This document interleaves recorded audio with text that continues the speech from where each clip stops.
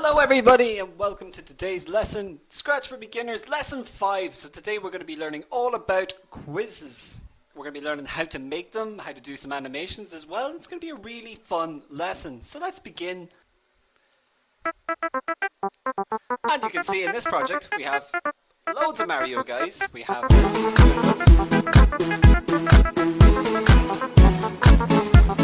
our Shy guys and we have our as well.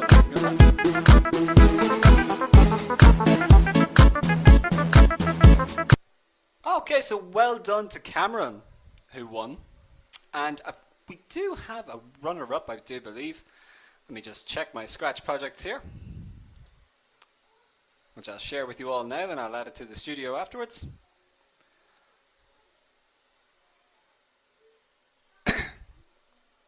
Oh, you'll have to forgive me today, guys. The project's just the computer's just a little bit slow. So we have our Scratchers Got Talent project, and we have our winner.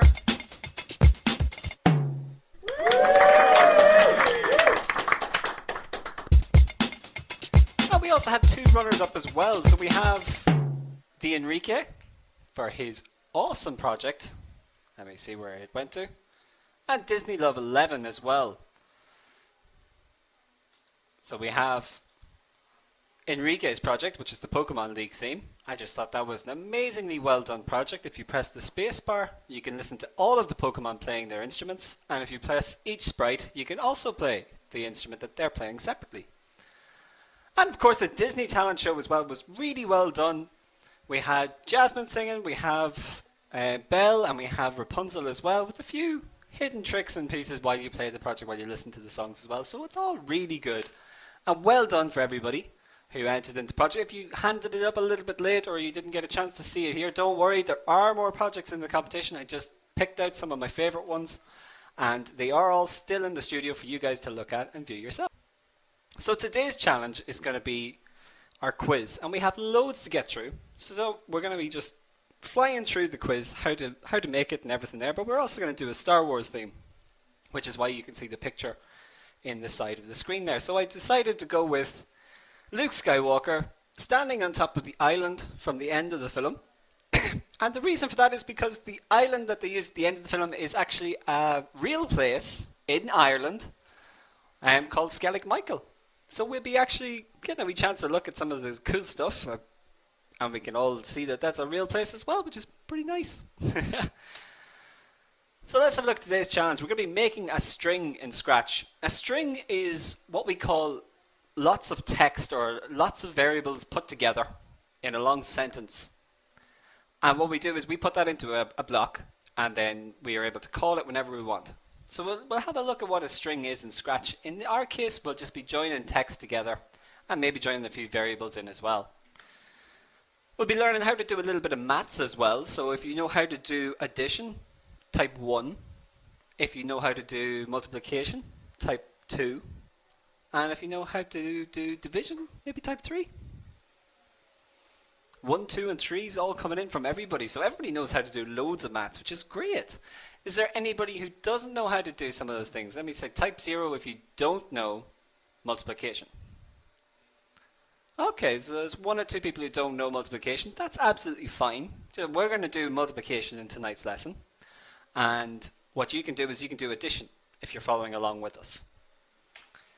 And then, of course, if we have just enough time at the end of the lesson, we'll be adding a timer to the project as well. So like you can see with the arrow up there in the top corner. Well, the first thing to do is to add your sprites. So let's have a look at some of the sprites I have in our studio.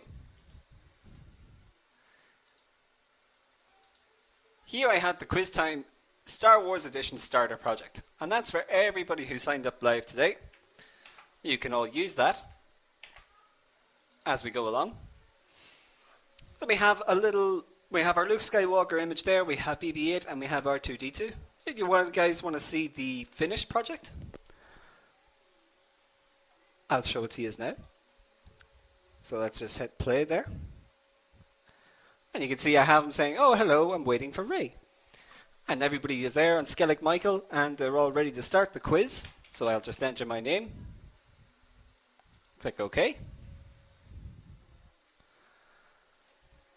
And you can press the spacebar to begin. So that's what we're going to be looking at in today's lesson. And then once I press the spacebar, if you're watching the recording, you'll be able to hear the sounds in the background. If you're watching live, maybe you'll do the project after we finish the lesson and you'll see what I mean.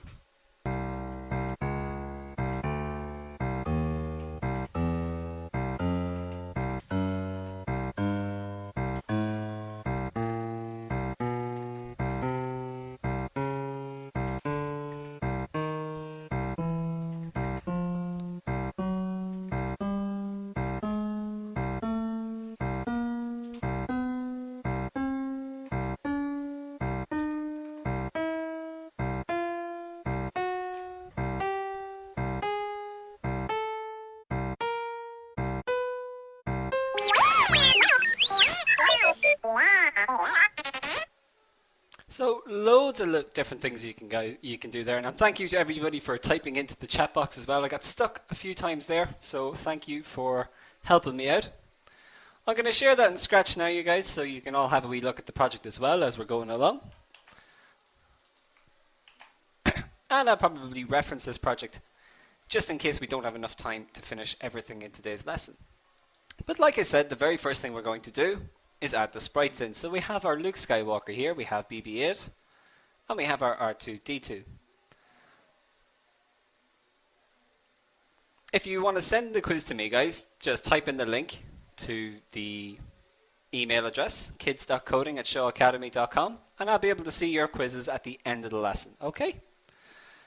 And so yeah, I'm going to have to ask you to stop typing into the chat box like that because I can't see anybody's questions if you do that, and then it makes the lesson not very fun for everyone. So let's have a look at how to make your sprites say hello and then whatever your name is. We can use a combination of the ask block, the say block, and the answer variable as well. But most importantly, we're going to be using this new block, this join hello and world together. Once we put all of these blocks together, and does anybody know how we're going to put all these blocks together? Maybe if you do, you'll just tell me now in the chat box as I get my blocks together. So I'm going to use my say block.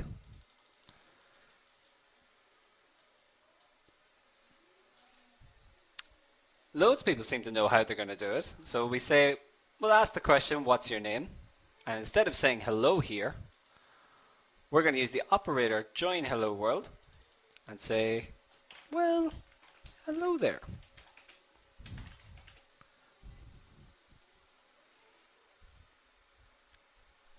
And space at the end, just so that it looks right.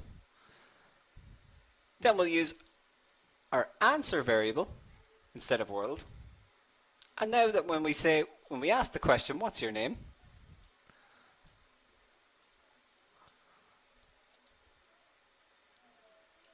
We can say Tig, or we can say Cameron.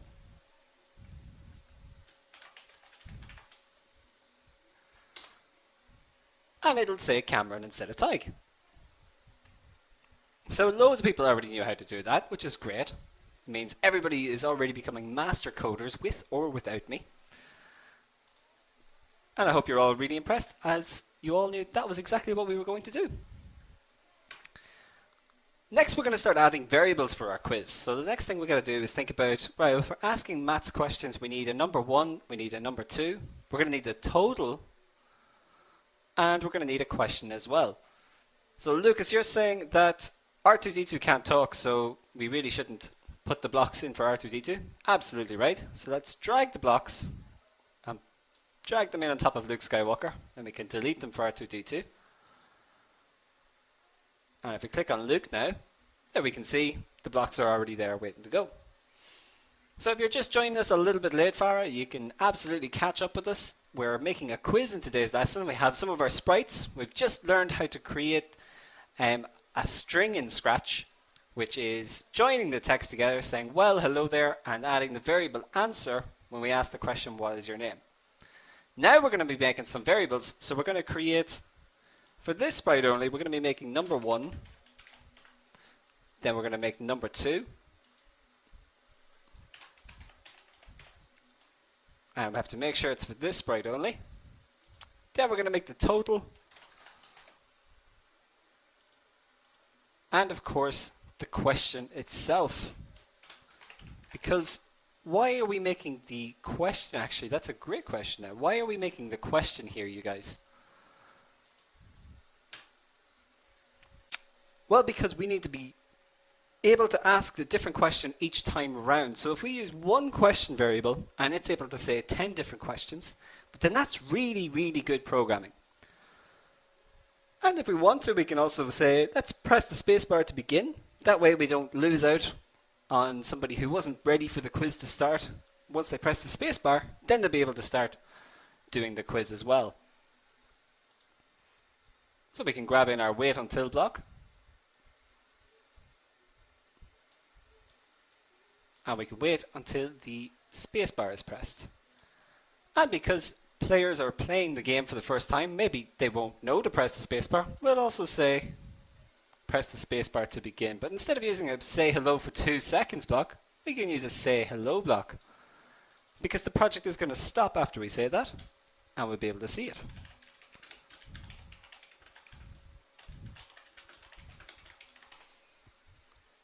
Well, my computer is very slow today. Unfortunately, none of that seems to have typed in. Let me just check. There we go. It's loading up now. So we can add our blocks in at the bottom there. And now we can start worrying about the questions. Now, Hal, if you want to make a connection between the script and the characters, absolutely can. I'll leave that up to you guys. Just because I'm doing a Star Wars quiz today, guys, does not mean that you have to do a Star Wars quiz too, unless you want to. So if you want to make a Harry Potter quiz, or if you want to make a Frozen quiz, use the sprites that are there. You can absolutely use them as well. Or make up your own sprites and create your very own quiz. So what we're going to do to create the question now is set the number variables first of all. So that means grabbing our number 1 variable and our number 2 and setting them, instead of saying set them to 0, we're going to use a random number between 1 and 12. Now I'm sure everybody knows how to do that. So let's have a go. Oops. At changing our variables. And drag in our set question variable there, just because that's the last one I made. I can duplicate that, and I can change it to number 1 and number 2. Then we're going to go into our operator, and we have a block there that says pick random 1 to 10, but we can change that and do from 1 to 12.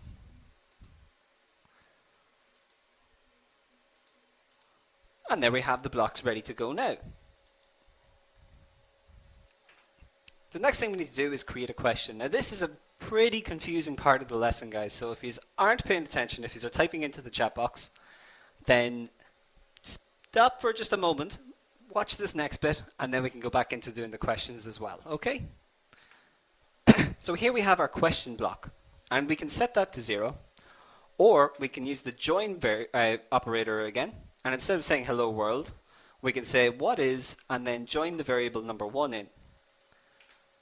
Then we can join that question variable and add another part onto it. So we're going to continue joining the question blocks. We're going to break it up into sections where we say what is number 1, and then we'll take that question variable, we'll add on another bit called the x or times. Then we'll join that part of the question onto the variable number 2, and then we'll join that part of the question onto the question mark at the end. So is everybody following along there? Will I start putting the code into Scratch? Yeah, okay, let's start putting the code in. So we can grab our question variable again, or a set question block. We'll make a couple of copies of it as well, because we're going to need a few. And then we can get our join operator as well. And the first thing we're going to do is say what is, and space. And we can join in the number 1 variable. And we can duplicate this all the way down.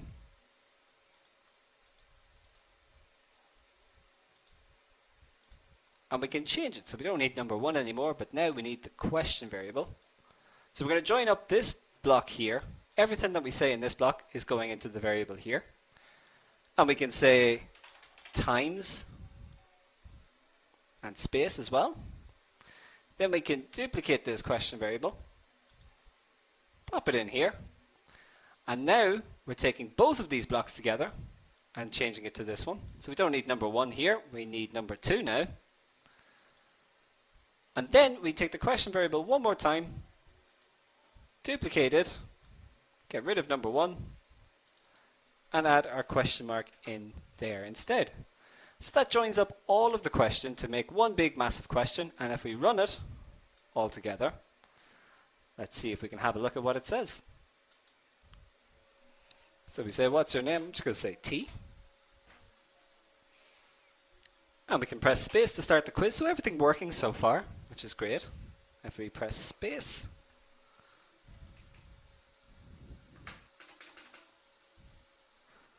unfortunately there we go. My quiz is just a little bit slow today, but we can see here the question variable says, what is 1 times 4? And that's exactly what I want. I want the question to fill up and say, what is 1 times 4? And now that we know that's what the question says, we can hide all these variables in the top corner. Don't need to see them anymore. And we need to get Luke to say it as well. So we're going to use the ask question and wait for a response.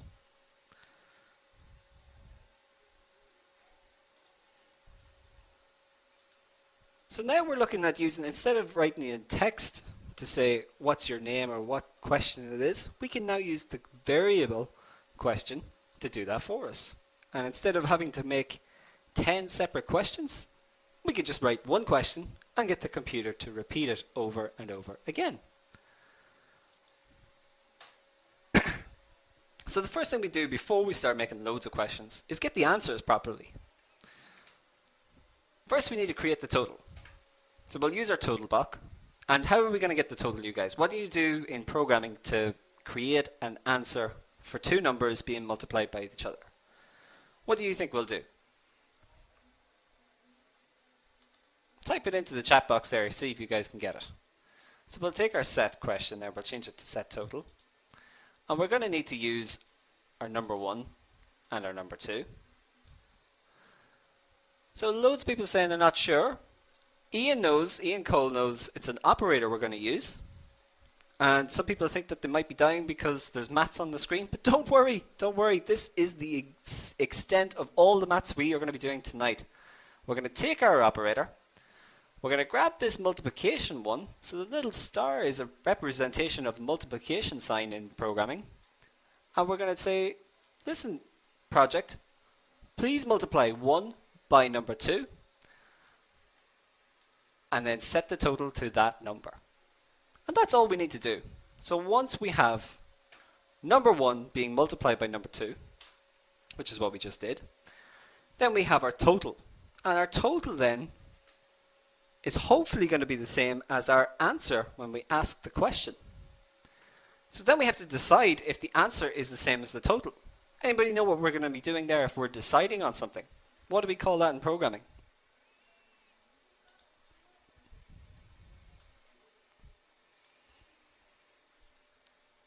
Loads of people going, I don't get it, I'm not sure. Use a loop, I don't know. Loads of people are asking, and we've got a few people typing in with the right answers. We've got if blocks from Danny, we've got decision loops from Alan.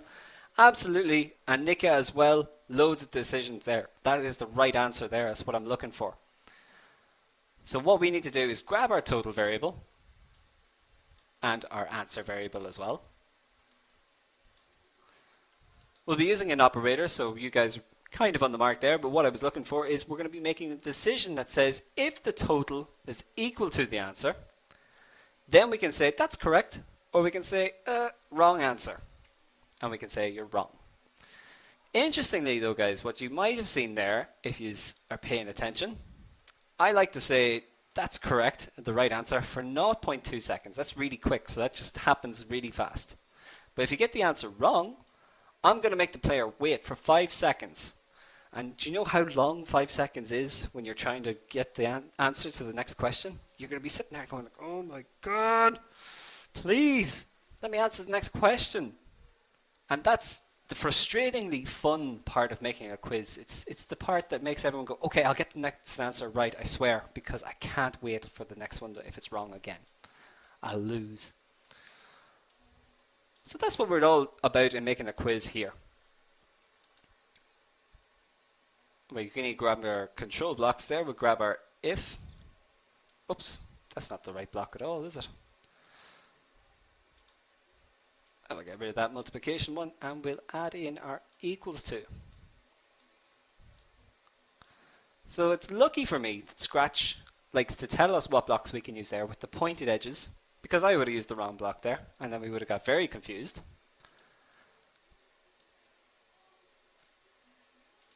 And now we can say correct for 0.2 seconds. And of course drag in wrong for 5.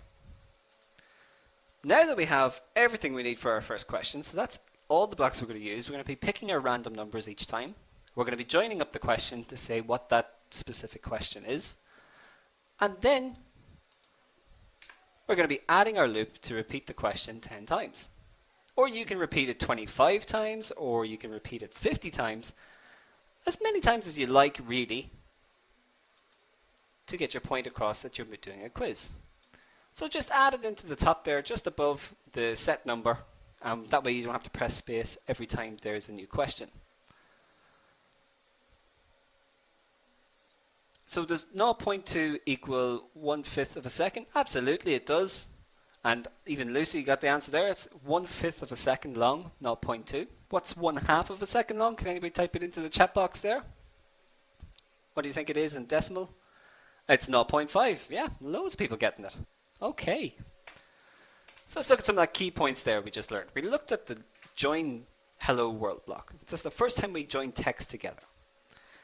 And we also learned how we could use join and text together to join variables together and create a dynamic question, which is one that can change each time we run the project.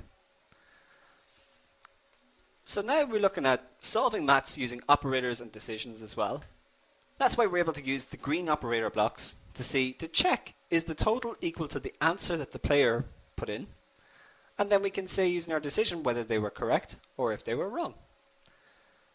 And now would be a good time just to break and see if anybody has any questions. So type it into the chat box there. Actually, you're asking about the timer. We'll be getting to that at the end of the lesson, so don't worry about it. I'm going to take a moment now just to try out the project, make sure it's working, and I'm going to answer your questions as they come in. So Robin, you're asking if there's a song on YouTube, can you use it?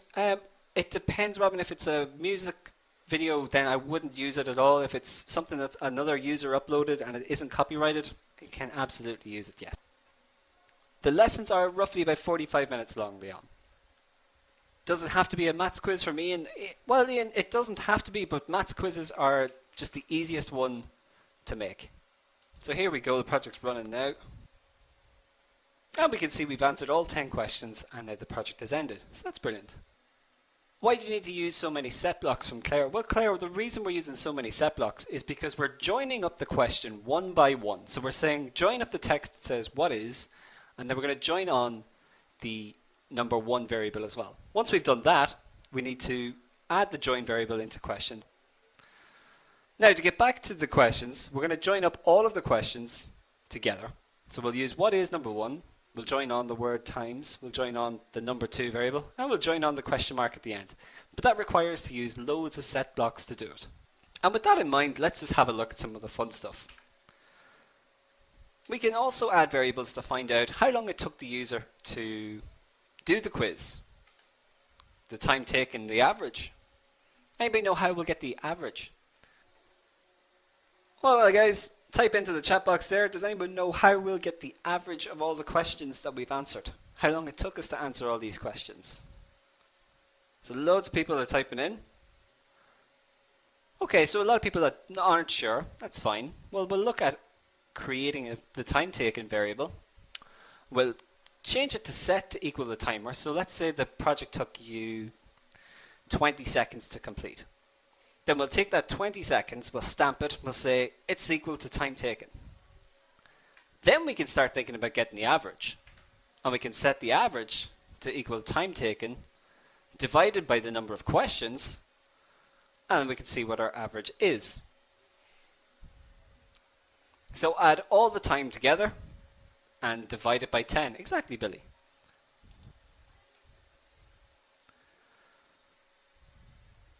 So then, what do we need to do really in my project?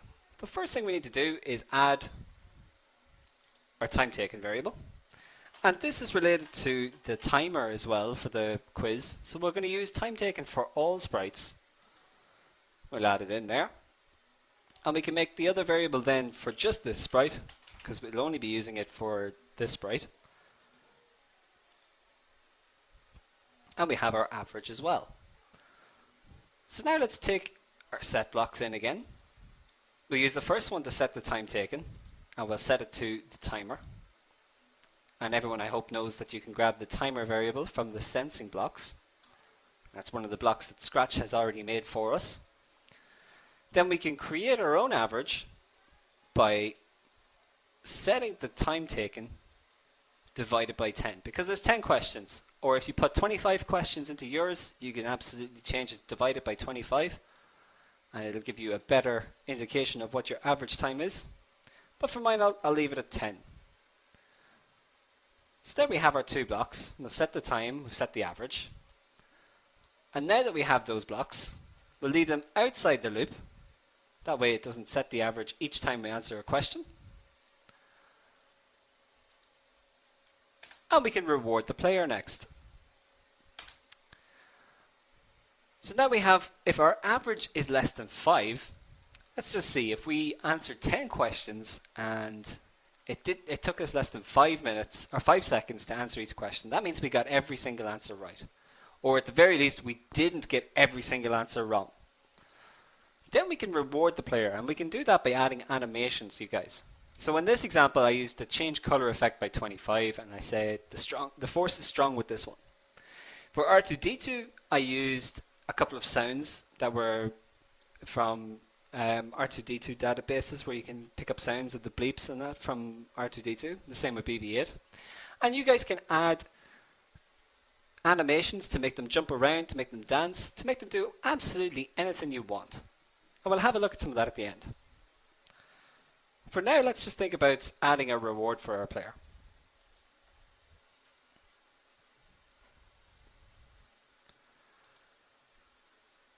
So in this case, I used my repeat 10, I used the Lux tab, and I changed the color effect by 25. Or by 10, was it? Maybe it was by 10. I did it for a little bit longer. And of course, then we can say something that's related to the theme of the project. Or you could say, winner, winner, slimy dinner, as Farah has just typed into the chat box. How did you add more than one character into your screen? From Simon. Well, Simon, if you want to add another character, you can either add one from the sprite library. You can take any of the ones that are in here and just simply add them into your project, like we have for the arrow here. Unfortunately, my computer's a little bit slow. There we go, it's highlighted, so we can go down to the bottom and click OK. I'm just not going to do it because there's already an arrow in my project. You can create a new sprite by clicking on the button here and then painting it to do whatever you want, like I did with R2-D2 and BB-8 and Luke himself. If you don't want that sprite, you can just right and click on it and delete it. And then if you want to paint or upload a sprite from the file, so if you've painted one in Microsoft Paint, or you've used Photoshop, or you've used anything like at all like that, you can upload it into Scratch and it'll go up there as well. If you have a webcam, you can also take a picture of yourself and use it from the camera's point of view and put yourself into your game as well. And if you have the backpack, if you've used some of the sprites from the other projects, you can absolutely put it into your backpack by dragging it into him there. Then when you go into your project, you can drag him back out and add him to the project in here. Unfortunately, Angry Bird is not what I want in this project, so I'm going to delete him as well. Too big. So let's have a look at adding the timer. Guys, what I'm going to do after this lesson is I'm going to add it to the resources just to see how you can draw the clock. Just because we don't really have enough time to go through all of it tonight, but just in case we have a few extra minutes, Let me talk you through it. First of all, we set the pen size to 6 and the color to blue. Then we tell the pen to go to the top here and start. I think it starts over here in the corner. Then we can use a repeat 12 and we can draw a dot. Then we'll put the pen up, we'll move 15 steps and put the pen back down. And we'll do that all the way around. We'll do it 12 times and it creates the circle for us. Let me just get rid of those variables that are in the way.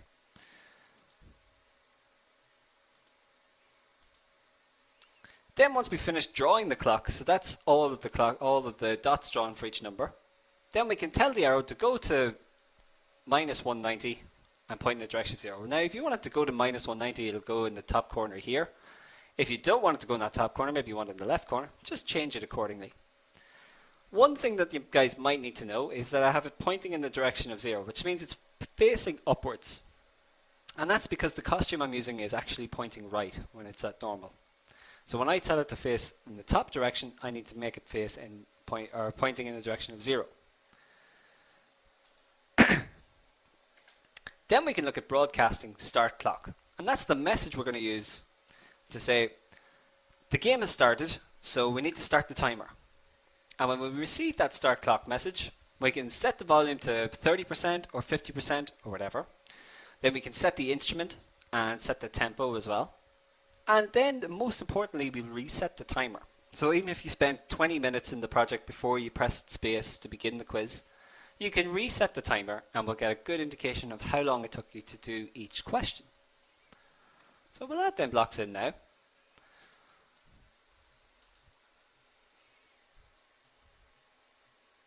And we can say, when I receive, instead of saying message 1, it's always a good idea to create a new message for what you want the message to be. And we're going to call it start clock.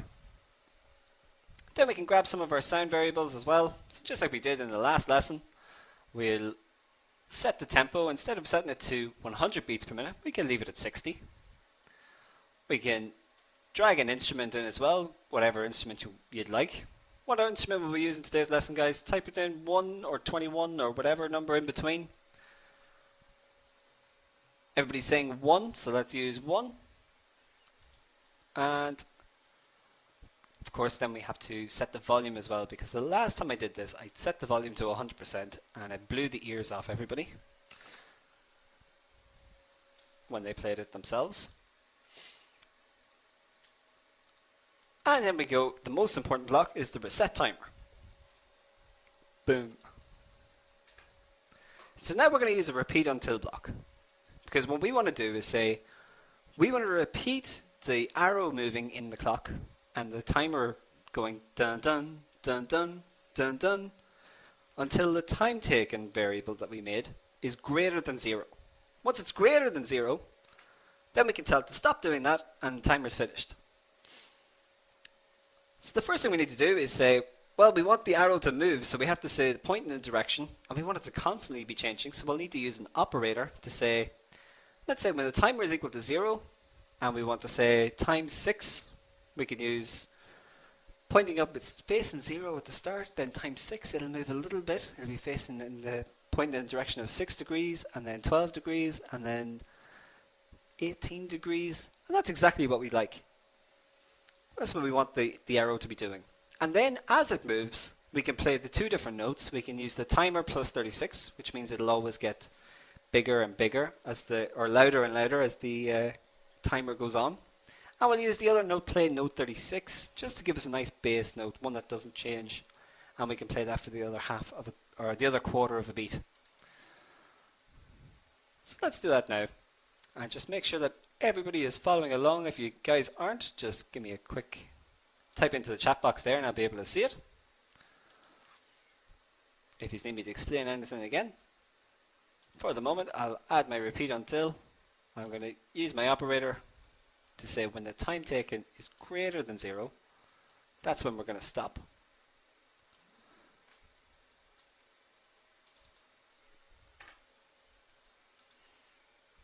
And we're going to use our point in the direction block to make the arrow face whichever direction we're facing, how long the timer has been going on for.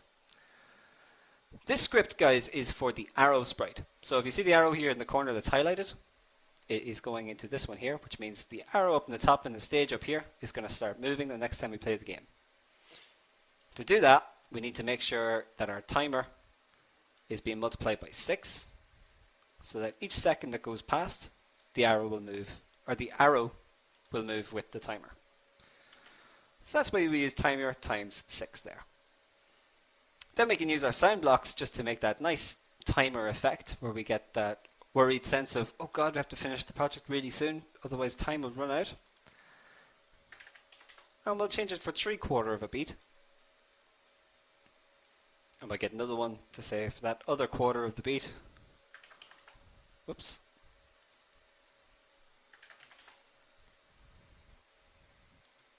We'll play, maybe we'll just type in note 36 and see what Scratch does for us.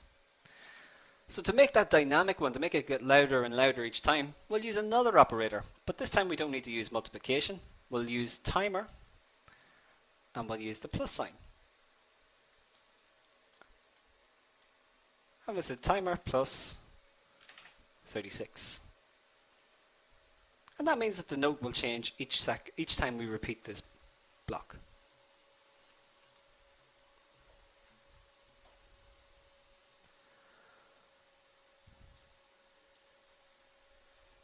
Okay.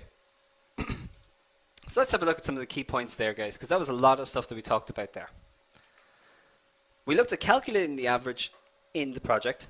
So that meant using our time taken and then dividing by the number of questions. Once we found the average, then we were able to say, let's reward the player. Let's play an animation or play a song or play anything we'd like to just make the player really enjoy the project. And then, of course, adding the timer as well. So to add the timer, we used our start the clock block. We said set up the instrument that we're going to play, and then most importantly, reset the timer. Then we use our repeat until block to say, let's move that arrow as the clock moves each time, and when it does, we'll play a different note to make sure it sounds like a timer. The very last thing we need to do then, guys, is go back into our Luke Skywalker and add in our broadcast start clock just after when the space key is pressed. So that way it'll start the clock, the timer will start going, and of course we need to repeat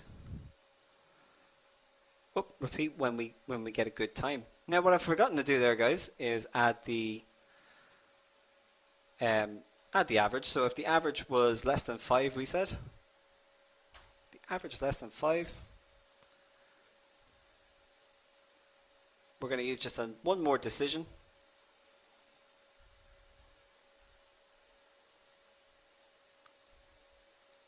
Just pop it in up here. And then you can use another say block to say something to make them play the game again, like try again.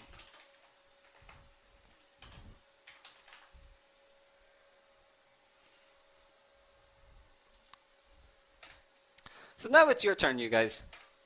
Try creating your own quiz. Maybe change the questions. If you don't want to do multiplication, do addition. If you think you know how to do subtraction, that would be a really interesting one to do. And of course, make your own rewards as well. So just because I use the change color effect doesn't mean you guys should do it too. You guys can make whatever you'd like, whether you'd want the sprite to play a song, or you want them to dance, or you want them to do whatever you'd like.